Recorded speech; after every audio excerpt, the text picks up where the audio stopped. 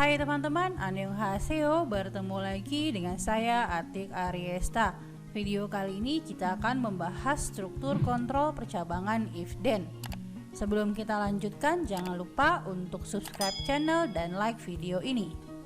Struktur kontrol percabangan if then adalah kondisi di mana alir program memilih beberapa kemungkinan solusi yang harus dilakukan. Pemilihan kondisi tersebut harus dilakukan jika kondisi yang dihadapi menghasilkan nilai benar atau true. Bentuk umum dari statement if adalah baris pertama menggunakan sintak if, di mana di dalamnya akan memeriksa kondisi. Jika kondisi bernilai benar, maka akan menjalankan perintah statement true-nya, di mana perintah statement true diletakkan di antara tanda kurung kurawal buka dan tanda kurung kurawal tutup. Statement true ini bisa saja terdiri dari beberapa baris. Setelah statement true selesai, maka akan dilanjutkan menjalankan next instruksinya. Kemudian, jika kondisi ini bernilai salah, maka akan melengkapi statement true atau tidak menjalankan statement true, tapi langsung menuju ke next instruction. Jadi, untuk struktur kontrol percabangan if then, ketika kondisi bernilai true, maka akan menjalankan statement true, kemudian dilanjutkan dengan next instruction. Jika kondisi bernilai salah, maka statement true tidak akan dijalankan, tapi langsung menjalankan next instruction. Bentuk dari pseudocode dari struktur kontrol if then sebenarnya tidak berbeda jauh seperti bentuk umum dari if then. Yang pertama diawali dengan sintak kondisi if, di mana di sini akan menjalankan atau memeriksa apakah nilai kondisi bernilai benar atau salah. Ketika kondisi bernilai benar, maka kita tambahkan perkataan then, langsung diikuti dengan statement true. Di sini statement true-nya bisa saja lebih dari satu baris. Perbedaannya pada pseudocode tidak perlu menggunakan tanda kurung kurawal buka atau tanda kurung kurawal tutup seperti bentuk umum pada if. Pada pseudocode tidak ada. Selanjutnya jangan lupa diakhiri dengan and if sebagai tanda bahwa bentuk if then sudah berakhir. Selanjutnya setelah and if maka langsung diberikan perintah next instruksinya jika ada. Berarti untuk pseudocode-nya bentuknya adalah if kondisi then akan menentukan statement true-nya di sini nomor 1. Kemudian jangan lupa ditutup dengan and if. Selanjutnya baru mengetikkan perintah next instruction-nya. Untuk penggambaran flowchart dari struktur kontrol percabangan if then terdapat 3 jenis. Jenis yang pertama, jenis kedua, dan jenis yang ketiga. Di sini teman-teman dapat memilih ingin menggunakan jenis yang mana. Kebanyakan atau umumnya menggunakan jenis yang pertama, di mana yang pertama untuk true akan mengarah ke sebelah kanan. Kita coba lihat, saya akan berikan contoh untuk bentuk yang pertama. Di sini yang pertama dilakukan adalah melakukan pemeriksaan kondisi. Maka kita menggunakan simbol decision. Berarti untuk simbol decision dia akan mempunyai 2 keluaran, yaitu true dan false. Nah, di sini yang diperiksa adalah kondisinya. Jika kondisi bernilai benar, berarti untuk bentuk umumnya ketika kondisi bernilai benar, maka dia akan menjalankan statement true.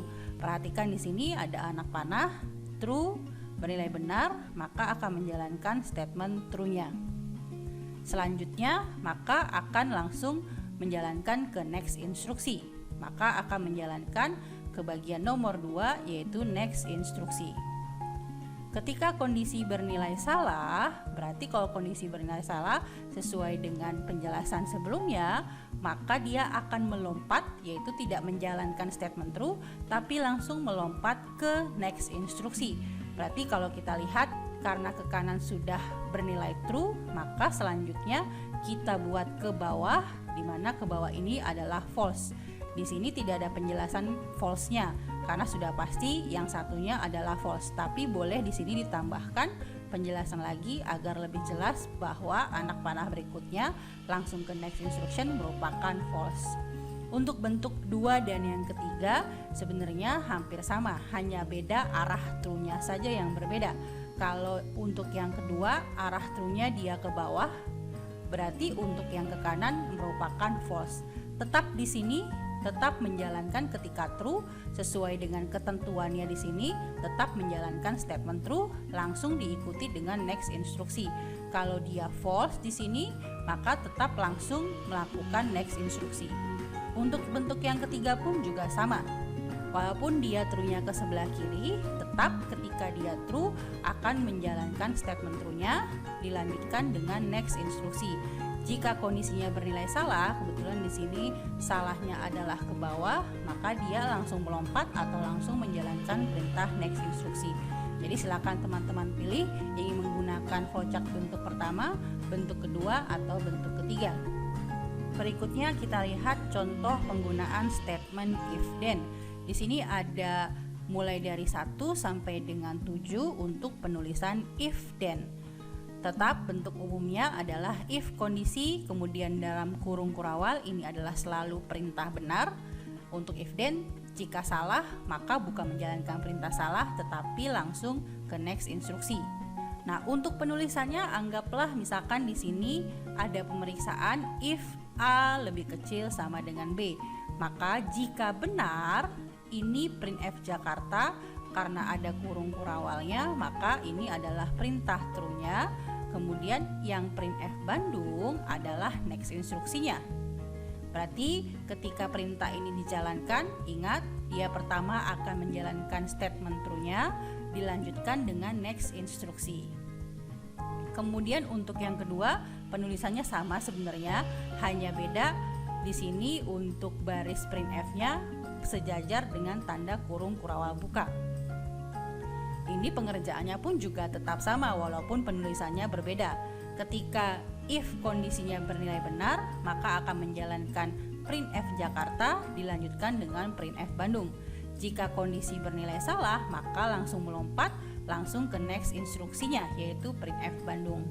Untuk yang ketiga pun juga sama, hanya berbeda penulisannya saja, di mana statement true-nya di sini dijadikan dalam satu baris. Untuk printf Bandung ini merupakan next instruksi. Jadi sama ya, ketika kondisi ini bernilai benar, A lebih kecil sama B bernilai benar, maka tetap menjalankan Jakarta langsung ke next instruksinya. Kemudian untuk penulisan yang keempat, ketika statement true-nya di sini tidak menggunakan tanda kurung kurawal. Maksudnya di sini kenapa tidak menggunakan tanda kurung kurawal? Karena kebetulan pada perintah ini statement true-nya hanya menjalankan satu perintah saja. Jadi boleh tanpa menggunakan kurung kurawal. Untuk printf Bandung ini tetap merupakan next instruksi, bukan bagian dari statement true-nya. Untuk perintah yang kelima pun juga sama. Ya, di sini untuk printf Jakartanya diletakkan satu baris pada if kondisinya. Ini tetap sama, yang diperiksa adalah jika A lebih kecil dari B, maka akan mencetak printf Jakarta akan dilanjutkan dengan next instruksi. Jadi printf Jakarta ini merupakan next instruksi tetap ya. Kemudian untuk perintah yang keenam pun juga sama. Walaupun di sini printf Jakarta dan Bandung sejajar, tapi printf Jakarta merupakan statement true diikuti dengan printf Bandung yang merupakan next instruksi. Ya. Ataupun dari perintah yang ketujuh pun juga sama. Printf Jakarta merupakan statement true, kemudian printf Bandung merupakan next instruksi. Kenapa? Seperti yang tadi di awal saya sudah sebutkan, karena kebetulan di sini statement true-nya hanya menjalankan satu perintah. Jadi boleh tanpa menggunakan tanda kurung kurawal. Ya, tapi kalau misalkan ingin lebih dari satu perintah untuk kondisi statement true-nya atau untuk statement true-nya, maka tetap harus menggunakan tanda kurung kurawal seperti ini. Jadi untuk amannya lebih baik silakan gunakan tanda kurung kurawal untuk statement true-nya, baik itu perintah yang dijalankannya hanya satu baris agar lebih aman. Untuk nomor 5 dan 6 ini sebenarnya jika dijalankan di komputer untuk nomor 6 dan nomor 7 sebenarnya ketika dijalankan di komputer ini tidak akan terjadi error karena tetap benar. Tapi ingat, berarti printf Jakarta merupakan statement true, printf Bandung merupakan next instruksi. Ya, jadi tetap letaknya di sini sama saja tanpa menggunakan tanda kurung perawal. Ya, tetap dijalankan, tapi untuk nomor 6 dan 7 bukan merupakan penulisan yang baik dalam pemrograman. Karena jadi nanti pusing sendiri, ini apakah termasuk statement true atau termasuk next instruksi. Sekian video mengenai struktur kontrol percabangan if then. Semoga teman-teman dapat memahami tentang struktur kontrol percabangan if then. Sampai bertemu di video yang lainnya. Jangan lupa untuk subscribe channel dan like video ini.